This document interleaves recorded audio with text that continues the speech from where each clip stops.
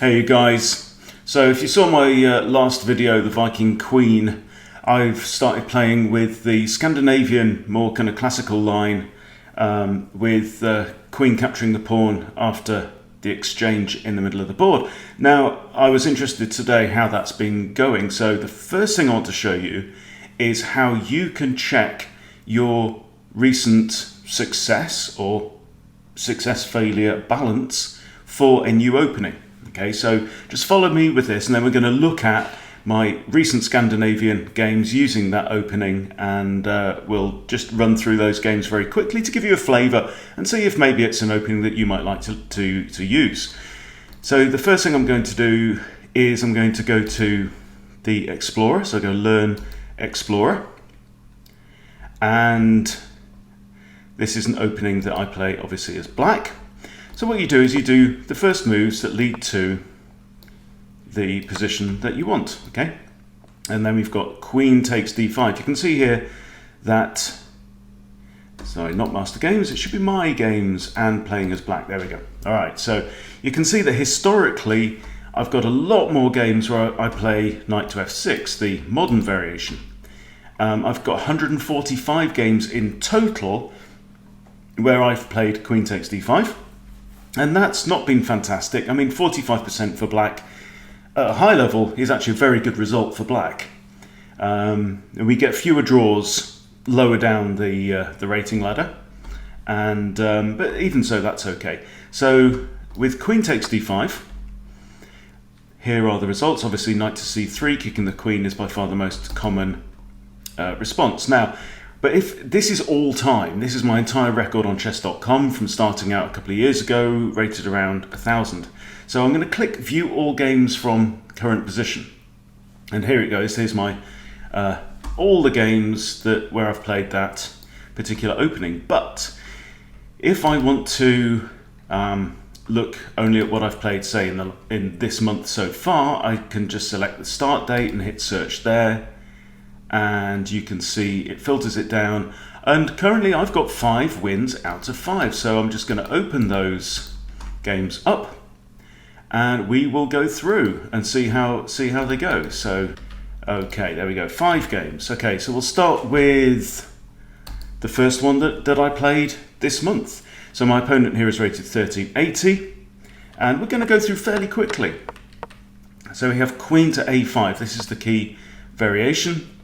And knight out, pin the knight, block the pin, and here, because white hasn't played d4 early, I get to bring out my knight. If white had played d4, then d5 would have been problematic. I can bring out my knight and then d4's played, but that's okay. Now I can long castle and get my rook straight onto this semi-open file. We have bishop out. Now the knight here is obviously attacking f7, but I have an in-between move, capture the bishop and force the queen to recapture, and then I simply push the rook to d7. I think this is actually the game that I already shared in the video, so it won't take too long over this. 2 attackers, 1 defender on that pawn, so I can grab that. And now centralize my queen, line up my bishop. White misses the threat and falls for a quick checkmate. There you go, that's game number 1. Game number 2, same opening, Queen to a5, there she goes. Now we have d4. So here I play c7, giving my queen an escape route if needed. 2 knights come out, pinning the knight. Knight now attacks, so we've got a face-off between the knights, but there's also a discovered attack here on my queen, so I need to do something about that. So I drop the queen back to c7. Knight takes and g takes, bishop out, knight out, getting ready to castle, castle long again.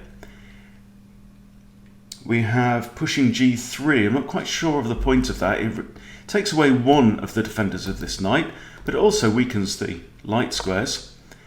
h5 helps secure the bishop, and now I break in the center. And bishop comes in now, defended by the queen. To attack the king, that's a skewer, and so I can win the exchange that way. Push again to attack the knight, force the knight away, and now slide my rook over, give up the pawn, king comes, moves away, and here obviously there's a serious threat here. I've got a rook against the king and a queen on a semi-open file, so we're wanting to break open there. White grabs a pawn, white grabs another pawn. I here grab the pawn on d5. Now, the obvious move would be pawn takes, pawn does take, I grab here. Now, either of these bishops can theoretically block the check on the king. This one obviously doesn't work because we have rook takes, so light square bishop blocks, and I capture anyway. And the reason is simply because the king cannot recapture. If the king recaptures, I slide across my other rook to d6, and we've got the same situation. There we go. Bishop blocks, rook takes bishop, and the king is skewered again, has to move. Now I could just grab the queen straight away. I don't in this case. We mess around a little bit. I grab the knight as well, so this move here. So queen here means that the king only has one square to go to. So this is a forced capture of the knight. As long as I'm keeping that king in check, it doesn't matter because the queen is still hanging. The queen can't get out of that. Capture the knight with check, and now another check, and now I grab, and it's all going to be over pretty quickly. I just have to get rid of the rook. I'm just sweeping up some pawns here, and this is a blunder because when I capture this pawn, the queen's actually defending the pawn on f7, rook captures, and this is going to be the end of the game. All right, game number 3. Opponent here is rated 1168. We have the same opening. Bishop pins the knight, kick, retreat, block the pin.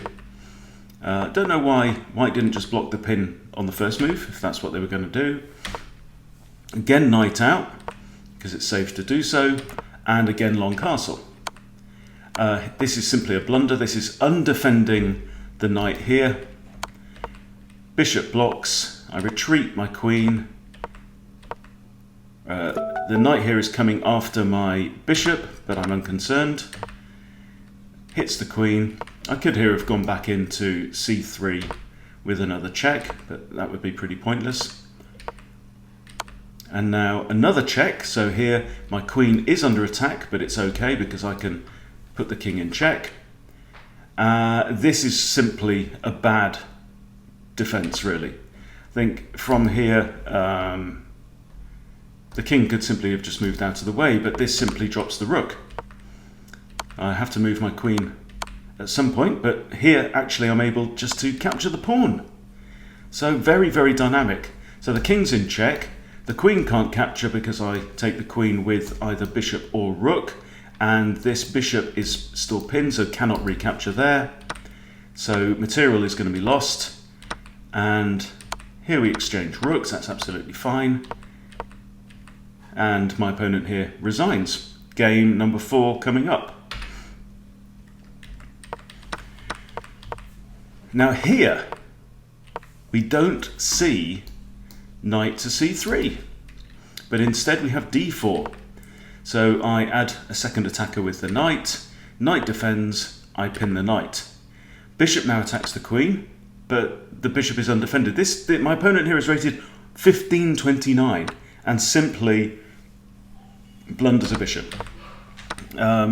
So this is interesting again. Another in-between move. Yes, my queen is attacked by the knight, but it doesn't matter because I can counterattack the queen. Now, my opponent here thought for a little while, nearly a minute, and then decided to capture the queen. Capture the queen, and now king takes. Now the king has now lost castling rights. I can castle long, putting my rook onto this semi-open file again. We have rook across. I capture the pawn with check, also forking the knight. Knight is forced to move back to block, and it's fairly straightforward.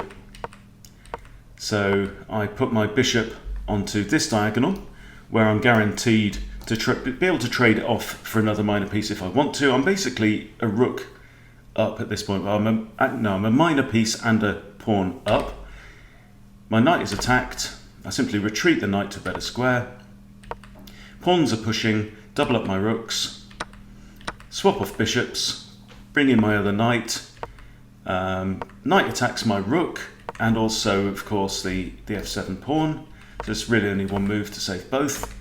Now I bring my knight back, offering a trade of knights. White declines that trade, so I initiate the trade.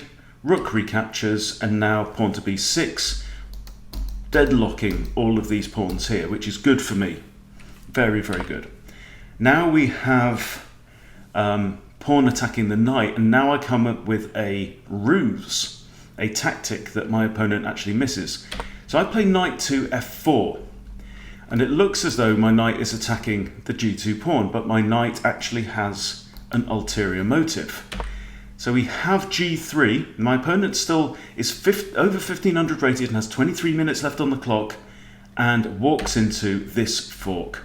So I'm hitting both rooks, and the king cannot capture because the knight is defended by my rook, and my opponent there again resigns.